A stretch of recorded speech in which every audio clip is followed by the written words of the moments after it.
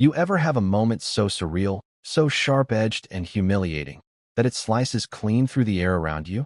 That was me, standing in a borrowed backyard in upstate New York, holding a paper plate of cold potato salad, when the woman I thought I might marry looked right at her sister and said, "Oh, don't worry about him. He's just temporary." Laughter followed. Light, airy, dismissive, like a breeze brushing past a forgotten street vendor. Her name was Rachel. We'd been together for 4 years. I met her at a charity auction downtown.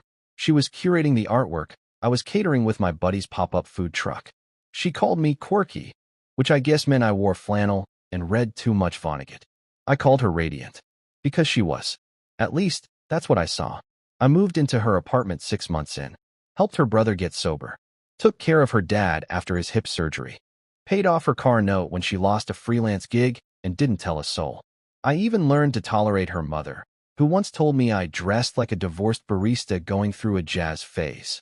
And through it all, I never stopped thinking this was it. That love was just showing up and staying through the tough parts. But what I didn't realize, what I refused to see, was that Rachel didn't love me the way I loved her. She loved the idea of being adored, the idea of someone orbiting her like a satellite, but not the gravity, not the commitment, not the anchor.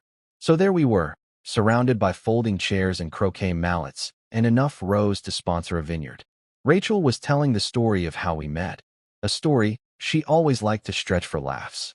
Only this time, she ended it with a punchline that tasted like blood. "Anyway," she said, brushing her hair behind one ear, "he was cute, sweet, and he made killer empanadas. So I kept him. For now." Someone chuckled. Rachel's aunt raised her eyebrows.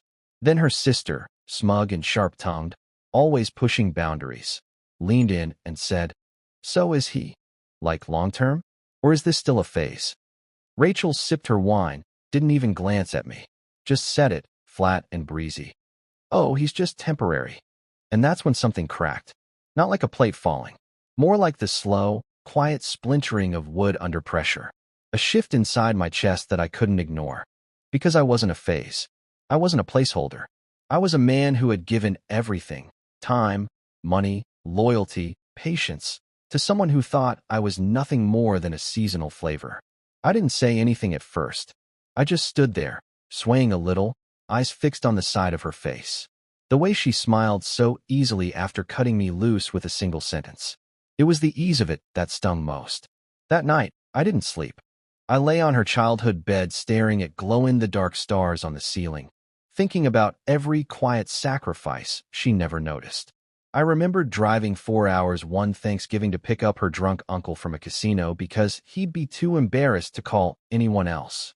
I remembered fixing her cracked bathroom tiles while she was out of town because she once mentioned it stressed her out.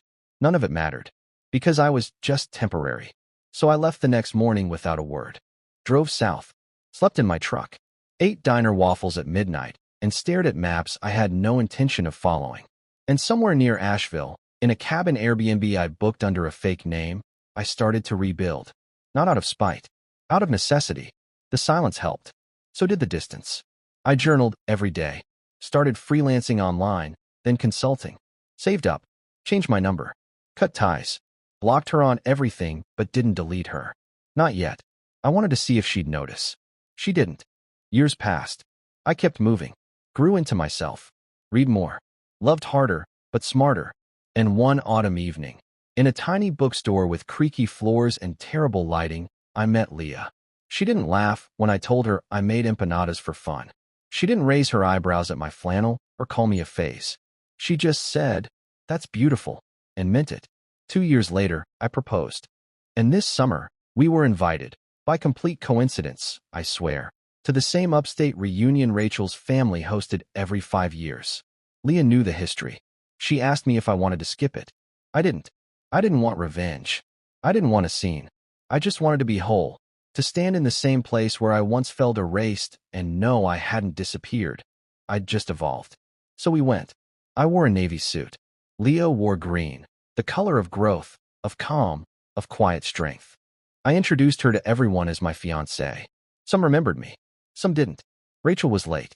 But when she finally arrived, tan and loud and wrapped in a scarf that probably cost more than my car, She stopped mid-step when she saw us. Leah smiled. Rachel blinked. Then, during a toast for the family matriarch's birthday, Rachel, 2 glasses deep, looked across the lawn and said, "It's just wild seeing people again, especially the ones who didn't stick." She didn't look at me when she said it, but she didn't have to. So I raised my glass and said, clear and steady, to long journeys, short memories, and the people who taught us what not to settle for. Then I turned to Leah, took her hand gently, and added, "And to my fiancée, for showing me the real thing." Silence. Even her mother froze, halfway through a bite of cake. The silence was heavy, not loud, not angry, just weighty. Like the moment after someone drops a glass and you're all waiting to see if it shattered. Rachel didn't say anything. Her mouth twitched like she was about to laugh, but no sound came out. A cousin tried to fill the air with a nervous joke about wedding planning, but it landed flat. Her mother, the same woman who once joked that I looked like the janitor who got lost at a dinner party, was staring at Leah. Not at me, at her, and not with the disdain I remembered. No, this was something else. Curiosity, maybe even respect. Leah, for her part, just squeezed my hand and smiled like she was entirely at peace, like she had no idea the air around us was laced with old ghosts and open wounds. But I knew. Rachel's sister, the one who always had a dig ready, who once called me a project in need of new paint, leaned over and whispered, "Fiancé, huh?" Didn't waste time. I turned slowly and met her eyes. "No," I said. "I just used it better." Then I walked Leah away from the table. We didn't stay long after that. We made polite goodbyes, thanked the host, handed over a small bouquet we'd brought, and left. It was graceful, quiet, not a dramatic exit, just a simple one. But every step away from that house felt like shedding a layer of someone I used to be. When we got back to the inn, I finally exhaled. Leah wrapped her arms around me, resting her chin on my shoulder. "You okay?" she asked. I nodded. "Yeah, just thinking about how love can blind you. How easy it is to call pain patience, to call being used loyalty. How long I spent believing that my worth was tied to how useful I could be to someone who never planned to keep me." That moment in the backyard, when she called me temporary, it wasn't just a sentence. It was a mirror, and I had to decide whether to keep looking at the cracked version of myself or walk away and rebuild. God, I'm so glad I walked away. Over the next few weeks, the fallout trickled in. A few of Rachel's cousins sent messages. One said she had never seen her that quiet before. Another wrote, "Honestly, you looked happy. Like really happy." I don't know why that hit me so hard. Even Rachel messaged me. Just once. "Didn't know you were engaged. She's beautiful. Congrats." I didn't reply, because I wasn't angry anymore. I didn't need her to know how much it hurt. I didn't need her to apologize. The silence wasn't about punishment. It was about peace. Some people leave you wounded. Others teach you how to heal. And the rarest kind? They sit with you while you stitch yourself back together. That was Leah. She never asked me to forget the past. She just reminded me it didn't have to be the ending. I still think about that backyard sometimes. The way Rachel looked when she realized I wasn't the same man she discarded. How her family, once so quick with jokes and judgments, didn't know what to say when the temporary one walked in fully grown, whole, loved. But mostly, I think about how far I've come, and how sometimes the best revenge isn't spite. It's joy. It wasn't until a month after the reunion that I got the email. Subject line, "Just wanted to say something." I stared at it for a full minute before clicking. It was from Rachel. 3 short paragraphs. No punctuation, like she had typed it in a hurry or didn't trust herself to reread it. I didn't mean what I said back then, at the reunion or before. "You were never temporary." I read it twice, then once more. There was no follow-up, no apology, just a vague attempt at closure, like someone tossing a stone into a lake and walking away before the ripples settled. I didn't respond, because I wasn't writing this story for her anymore. Closure, I've learned, isn't something you get from someone else. It's something you carve for yourself, slowly, painfully, over time, until one day, the shape it leaves behind stops aching. But her message did pull something up in me I hadn't expected. Not anger, not sadness, just a quiet ache for the man I used to be. The man who stood in that backyard years ago, potato salad on his plate, heart in his throat, and still smiled like he didn't hear what she said. That man was real, earnest, a little naive, but full of love.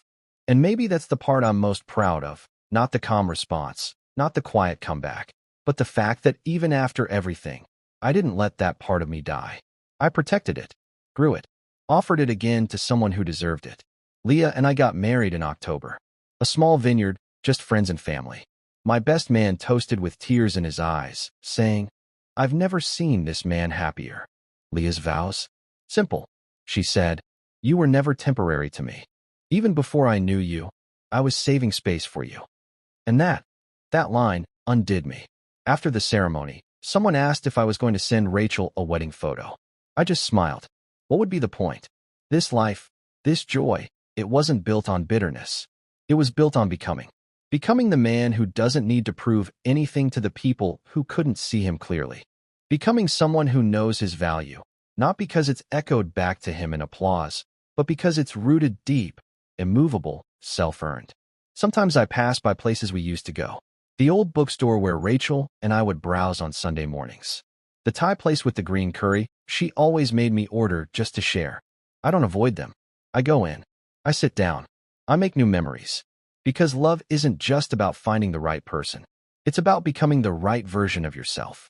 And sometimes, if you're lucky, the right person meets you exactly where you've arrived, not where you began.